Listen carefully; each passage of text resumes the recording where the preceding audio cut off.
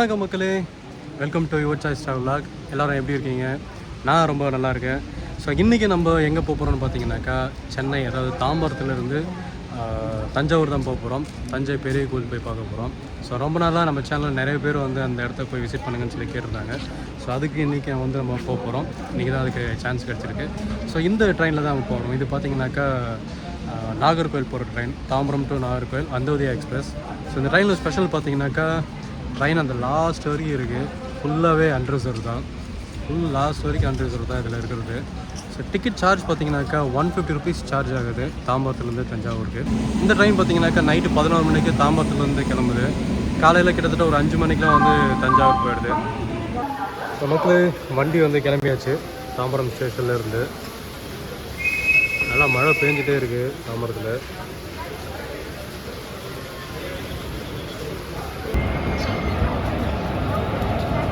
மக்களே தஞ்சாவூர் வந்து இறங்கியாச்சு. நம்ம வந்து ட்ரெயினில் தான் ரொம்ப நாளைக்கு அப்புறம் வந்து அன்ரிசர்வில் மேலே படுத்துட்டு வந்தேன். எந்த ஒரு டிஸ்டர்பன்ஸும் இல்லாமல் நல்லா தூங்கிட்டே தான் வந்தேன். தஞ்சாவூர் வந்தாச்சு. இப்போ நம்ம இங்கேருந்து மழை பயங்கரமாக மழை பெஞ்சிட்ருக்கு. மணி பார்த்திங்கனாக்கா 5:15 ஷார்ப்பாக வந்துச்சு ட்ரெயின். ஸோ கொஞ்ச நேரம் நம்ம இங்கே வெயிட் பண்ணிவிட்டு மழை நின்ற பிறகு நேராக கோயிலுக்கு போகலாம். இங்கே ராஜரோஜன் ஸ்லோங்க இருக்குது கோயிலுக்கு போகிற வழியில். அது வந்து க்ளோஸாக தான் இருக்குது. உள்ளே ஒரு பெரிய ஸ்டாச்சு வச்சுருக்காங்க. ஃபைனலி வந்து நம்ம கோயிலுக்கு வந்தாச்சு. தஞ்சாவூர் பெரிய கோயில். ஸோ இந்த என்ட்ரன்ஸ் இது. அதிலே பார்த்தீங்கன்னாக்கா கார் பார்க்கிங் இருக்குது. ஸோ இங்கே வந்து நம்ம வெஹிக்கிள் எல்லாம் பார்க் பண்ணிட்டு அதுக்கப்புறம் நம்ம போக முடியும். காரு, பஸ்ஸு, 2 வீலர் எல்லாமே இல்லை பார்க்கிங் தான். இப்போ நம்ம உள்ளே போகலாம். என்ட்ரன்ஸ்லேயே பார்த்தீங்கன்னாக்கா இங்கே மேட் போட்டு வச்சுருக்காங்க. ஸோ வெயில் காலத்தில் வந்து நம்ம வந்து ரொம்ப சூடாக இருக்குன்னு சொல்லி கேள்விப்பட்டிருக்கேன். இப்போ இந்த மேட்டில் நடந்து போகிற மாதிரி வச்சுருக்காங்க. அது ஆனால் இப்போ வந்து நல்லா மழை பெய்யுது. ஸோ அது பிரச்சனையே கிடையாது. இப்போ இங்கேருந்து பார்த்தீங்கன்னா பின்னாடி இருக்க பெரிய கோபுரம் ஆக்சுவலி தெரியவே இல்லை என்ட்ரன்ஸில். ஸோ அந்த மாதிரி பாருங்கள் எப்படி அழகாக கட்டியிருக்காங்க. இதோட கட்டட கலை வர்றது எல்லாம் உங்களுக்கு நிறைய தெரியும். ஸோ நிறையா அதை பற்றி எக்ஸ்பிளைன் பண்ணியிருக்காங்க. நமக்கும் பெரிய அளவுக்கு இது தெரியாது. ஆனால் இது வந்து தமிழர் கட்டடக்கலைக்கு ஒரு பெரிய எடுத்துக்காட்டாக இருக்குது. செம்ம ஒரு இடம் அது. ஸோ இது வந்து கோயில் சுற்றி இருக்கிற ஒரு அகழி இது. அதாவது பார்த்திங்கனாக்கா இந்த பக்கத்தில் தரைக்கும் கோயிலுக்கு நடுவில் ஒரு பெரிய பள்ளம் இருக்குது. ஸோ இதில் பார்த்திங்கனாக்கா ஆக்சுவலி வந்து தண்ணி வைப்பாங்க. தண்ணி விட்டு ஒரு ஆறு மாதிரி செட்டப் பண்ணியிருப்பாங்க கோயில் சுற்றிடும். ஸோ அது உள்ள வந்து முதலைகள், அப்புறம் வந்து நிறைய விஷம் இருக்கிற பாம்பெல்லாம் வந்து இந்த அகலியில் விட்டு வைப்பாங்க. எதுக்கு அப்படின்னாக்கா இந்த கோயிலுக்கு எந்த ஆபத்தும் வரக்கூடாது, அதே போல் வந்து உள்ளே இருக்கிற பொக்கிஷங்கள்லாம் வந்து யாரும் எடுத்துடக்கூடாதுன்றதுக்காக இந்த ஒரு அரேஞ்ச்மெண்ட் பண்ணி வச்சுருக்கதா ஹிஸ்ட்ரியில் இருக்குது. ஸோ இந்த அகழி பார்த்திங்கன்னா எவ்வளோ பெருசு இருக்குது பாருங்கள். இது பயங்கர பெருசு இருக்குது. ஸோ இது உள்ளே வந்து நீந்தி இந்த பக்கம் கடக்கிறதுக்குள்ளே இருக்கிற விஷப்பாம்பு முதலைகளை வந்து அவங்கள இதாக்கிடும். ஸோ அது அப்படியே கோயில் சுற்றி இருக்குது. நம்ம செருப்புலாம் ஆச்சு உள்ளே கொண்டு வைக்கிறதுக்கு ஒரு கிளாக் ரூம் இருக்குது. உள்ளே போயிட்டு நம்ம விட்டுருக்கோம். இது முதல் என்ட்ரன்ஸ். தாண்டி உள்ளே வரும்போது பார்த்திங்கன்னா ஒரு பெரிய பிரம்மாண்டமான என்ட்ரி இருக்குது. பார்த்திங்கன்னா கேரளந்தன் நுழைவாயில் அப்படின்னு வச்சுருக்காங்க. ஸோ இது வந்து பார்த்திங்கனாக்கா இந்த ராஜராஜ சோழன் வந்து அவங்க காலத்தில் ஒரு ஹிஸ்ட்ரி இருக்குது. இதுக்கு ஒரு நினைவாக தான் இது கட்டினதாக சொல்லியிருக்காங்க. இந்த கோயிலோட எல்லா சிறப்புகளையும் வந்து ரொம்ப கிளியராக எக்ஸ்பிளைன் பண்ணுறதுக்கு இங்கே ஒரு கைடு இருக்கார். அவர் பேர் மிஸ்டர் செல்வம். அவரோட காண்டாக்ட் நம்பர் நான் ஸ்க்ரீன்லேயும் கீழே டிஸ்கிரிப்ஷன்லேயும் கொடுக்குறேன். அவரை காண்டாக்ட் பண்ணுங்கள். ரொம்ப கிளியராக இந்த இடத்த பற்றி ரொம்ப தெளிவாக வந்து எக்ஸ்பிளைன் பண்ணுறாரு. இருக்கிற ஒவ்வொரு ஹிஸ்ட்ரியும் ரொம்ப தெளிவாக கிளியராக எக்ஸ்பிளைன் பண்ணுறாரு. ஸோ அவர் நிறைய இன்ஸ்டாகிராம்லேயும் நிறைய ரீல்ஸ்லேயும் ஷார்ட்ஸ்லாம் நீங்கள் பார்த்துருக்க வாய்ப்பு இருக்குது. ஸோ அவரோட ஃபோட்டோ இதுதான். இவர் வந்தீங்கன்னா உங்களுக்கு தேவைப்பட்டால் அவரை கூப்பிட்டு நீங்கள் வந்து இதோட கிளியர் ஹிஸ்ட்ரி நீங்கள் நல்லா தெரிஞ்சுக்கலாம். பார்த்தீங்கன்னாக்கா இதோட ஹிஸ்ட்ரி எல்லாமே ஃபுல்லாக கொடுத்துருக்காங்க. தமிழ், ஹிந்தி, இங்கிலீஷில் இருக்குது. ஃபுல்லாக ஃபுல் டீட்டெயில் கொடுத்துருக்காங்க. எப்போ கட்டுச்சு, யார் கட்டினாங்க, எவ்வளோ நாள் ஆச்சு அப்படின்றது எல்லாமே இந்த கோயில் பார்த்தீங்கன்னாக்கா 1003 வருஷத்தில் ஆரம்பித்து 1010 கட்டியிருக்காங்க. கிட்டத்தட்ட 7 வருஷம் அதை கட்டியிருக்காங்க. மேலே வச்சுருக்க அந்த கலசம் இருக்கிற இடம் பார்த்திங்கன்னா கிட்டத்தட்ட 81 டன்னு. ஆக்சுவலி பார்த்திங்கன்னா இந்த கோயிலோட டீட்டெயில் வச்சுருக்காங்க. எங்கே எது இருக்குது அப்படின்றத நம்ம ஈஸியாக பார்க்குற மாதிரி. மராட்டா இப்போ நம்ம அங்கே தான் இருக்கோம். மராட்டா வாயில் அப்படிங்கிறது தான் இருக்கும். கேரளா திருவாசல் மெயினாக இருக்குது. கிட்டத்தட்ட வந்து 13-15 இடம் வந்து இதில் இருக்குது.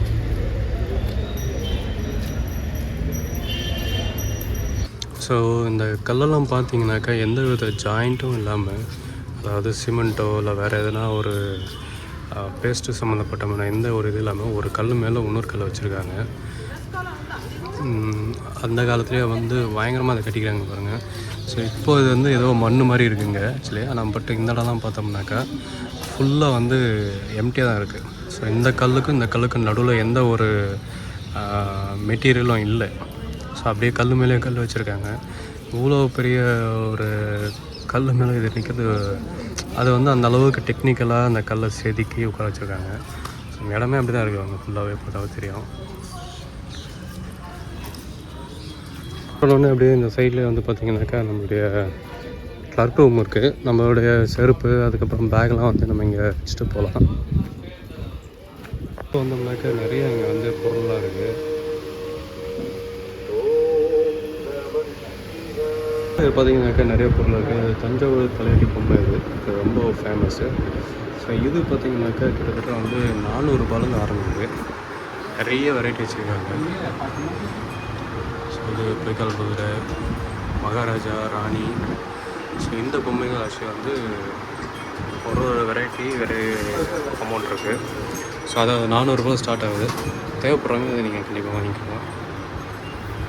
இல்லை நம்ம பேகு கொடுத்தாச்சு. பேகுக்கு பார்த்தீங்கன்னாக்கா 20 ரூபா சார்ஜ் பண்ணுறாங்க.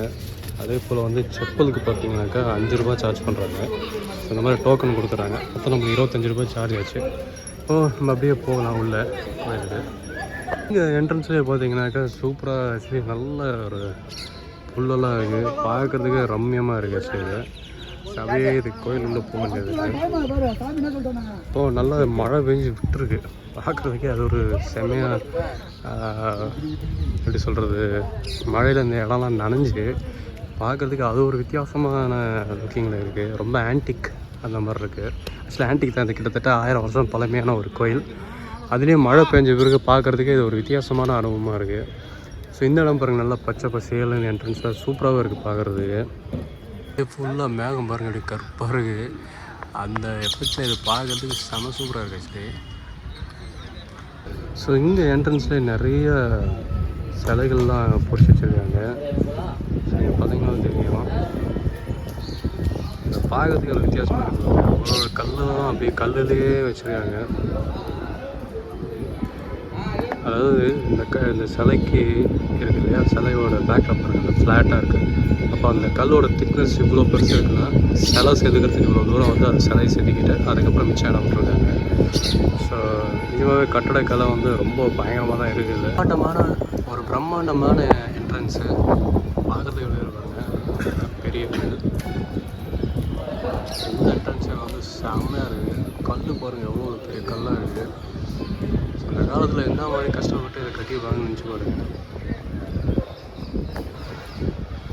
பார்த்திங்கன்னா நிறைய கல்வெட்டுகள் இருக்குது. எப்படி சூப்பராக கல்வெட்டுலாம் வச்சுருக்காங்க. பழமையான தமிழ் எழுத்துக்கள். அந்த காலத்துலேயே வந்து அப்புறம் கல்லுலேயே அழகாக செதுக்கி வச்சுருக்காங்க. இது படிக்க முடியல சொல்ல போனால். ஆனால் நான் அப்பயே சொன்ன மாதிரி அந்த செல்வம் அவர் கைடு, அவர்கிட்ட சொன்னீங்கன்னாக்கா சூப்பராக அவர் உங்களுக்கு எக்ஸ்பிளைன் பண்ணி சொல்லுவார்.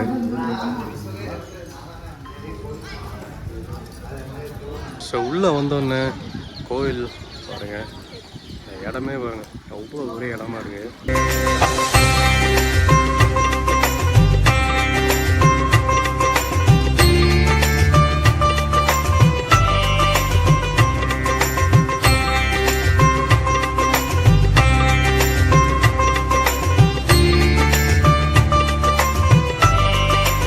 சொன்ன மாதிரி இந்த மேட்டு பார்த்திங்கன்னா சூப்பராக போட்டிருக்காங்க. நான் நினைக்கிறேன் வெயில் காலத்தில் தண்ணி போட்டிருப்பாங்கன்னு நினைக்கிறேன்.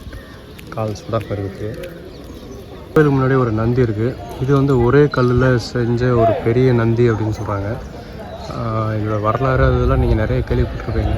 பட் பார்க்கறதுக்கு ஒரு பிரம்மாண்டமான இருக்கிற ஒரு நந்தி.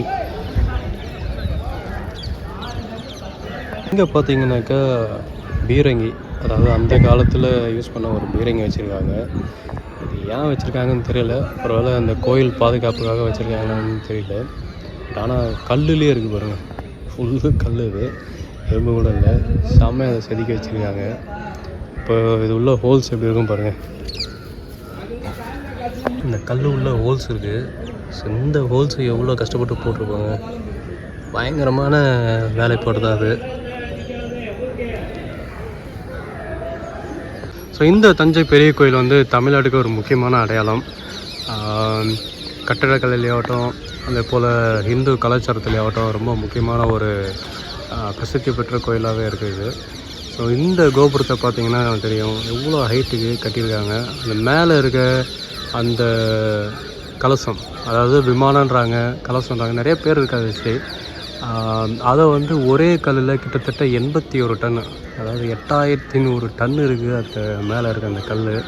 ஸோ இதை எப்படி மேலே கொண்டு போய் வச்சுருப்பாங்கன்றது ஒரு ஆச்சரியமான இதுதான். நிறைய பேர் நிறைய டைப்பில் சொல்கிறாங்க. சில பேர் வந்து மேலே இருந்து அப்படியே இதை கட்டிட்டு வந்தாங்க அப்படின்றாங்க ஒரு பெரிய பாறையில். சில பேர் வந்து இந்த கோபுரத்தோட அளவுக்கு வந்து கிட்டத்தட்ட ஒரு 100 கிலோமீட்டர் தூரத்துக்கு மண்ணை கொட்டி அதில் யானையை வச்சு அந்த கல்லை கொண்டு வந்து மேலே வச்சாங்க அப்படின்னு சொல்கிறாங்க. ஸோ எப்படியும் ஒன்று வரலாறு நிறைய வித்தியாசமான இருக்குது. ஆனால் அந்த காலத்தில் அவங்க கட்டினவங்களுக்கு தான் தெரியும் அதோடைய டெக்னிக்கல் என்னென்னு. பட் இருந்தாலும் இப்போ வந்து ஒரு பிரம்மாண்டத்தின் உச்சமாக வந்து இந்த கோயில் இங்கே நிற்கிது. கிட்டத்தட்ட 1000 வருஷங்களை தாண்டி நிறைய கல்வெட்டுகள் இருக்குது. அதோடு பார்த்திங்கனாக்கா இந்த ஸ்ட்ரக்சர் பாருங்கள், இந்த ஒரு சிலை ஒரே மாதிரி, அது சிங்கம் மாதிரி இருக்குது. இது பார்த்திங்கன்னா ஃபுல்லாக அந்த லாஸ்ட் வரைக்கும் பார்த்திங்கன்னா ஒரே மாதிரி செதுக்கியிருக்காங்க. எவ்வளோ கஷ்டப்பட்டு செதுக்கி பாருங்கள். அது ஒரு டிஃப்ரென்ஸ் இல்லை, அப்படியே இருக்குது. இந்த சிங்கம் மூஞ்சி முகம் வந்து ஒரே மாதிரி இருக்குது. பின்னாடி இருக்க அந்த சிலை வந்து ஒரு டிஃப்ரெண்ட்டில் இருக்குது. பயங்கரமாக இருக்குது. ஸோ இங்கே இருக்கிற கல்வெட்டில் படித்தாவே இதோட ஃபுல் ஹிஸ்ட்ரி நமக்கு பக்காவாக தெரிஞ்சிடும். ஸோ ஆர்காலஜிஸ்ட் வந்து இதெல்லாம் பார்த்துருப்பாங்க. ஃபுல்லாக அந்த லாஸ்ட் வரைக்குமே கல்வெட்டு தான். அங்கேருந்து இங்கே வரைக்கும் பார்த்திங்கனாலும் கடைசி வரைக்கும் கல்வெட்டு தான் இருக்குது. செம்மையாக இருக்குது பார்க்குறதுக்கு. இந்த கோபுரத்தில் மேலே வந்து சூரியன் படும்போது பார்த்திங்கனாக்கா இந்த கோபுரத்தோட நிழல் கீழே விழாது அப்படின்ற மாதிரி சொல்கிறாங்க. அது எந்த அளவுக்கு உண்மைன்றது தெரியல. நிறைய பேர் விழுன்றாங்க, நிறைய பேர் விழாதுன்றாங்க. இதோட ரெஃபரன்ஸ்லாம் தேடும் போது போட்டிருந்தாங்க. பட் எது எப்படியோ இதை கட்டுறதுக்கு ஒரு பெரிய ஸ்கில், அதாவது தொழில்நுட்பம்லாம் தேவை தான். பட் இதை வந்து அருமையாக கட்டி முடிச்சிருக்காங்க நம்மளுடைய பாரம்பரிய தமிழர்கள். கஷ்டப்பட்டு தான் கட்டியிருப்பாங்க கண்டிப்பாக. நிறைய அடிமைகள் கூட வேலை செஞ்சுருக்கலாம்.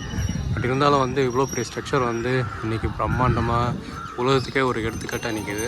அதாவது இந்த கோயில் பார்த்திங்கனாக்கா எந்த ஒரு சீதோஷ்ண நிலை, அதாவது புயலோ மழையோ வெள்ளமோ எது வந்தாலுமே இது வந்து இருக்கிற மாதிரி தாங்குற மாதிரி தான் இது கட்டிக்கிறதா சொல்லப்படுது. நிலநடுக்க வந்தால் கூட அது வந்து இது ஒன்றும் ஆகாது அப்படின்ற மாதிரி. ஏன்னா பேஸ்லாம் பார்த்திங்கனாக்கா மணலால் எதை கட்டிக்கிறாங்கன்னு சொல்லிக்கிறாங்க. கரெக்டானு தெரியல. பட் வந்து உங்களுக்கு தெரிஞ்ச கீழே கமெண்ட் பாக்ஸில் கமெண்ட் பண்ணுங்கள். பட் வந்து இது ஒரு பெரிய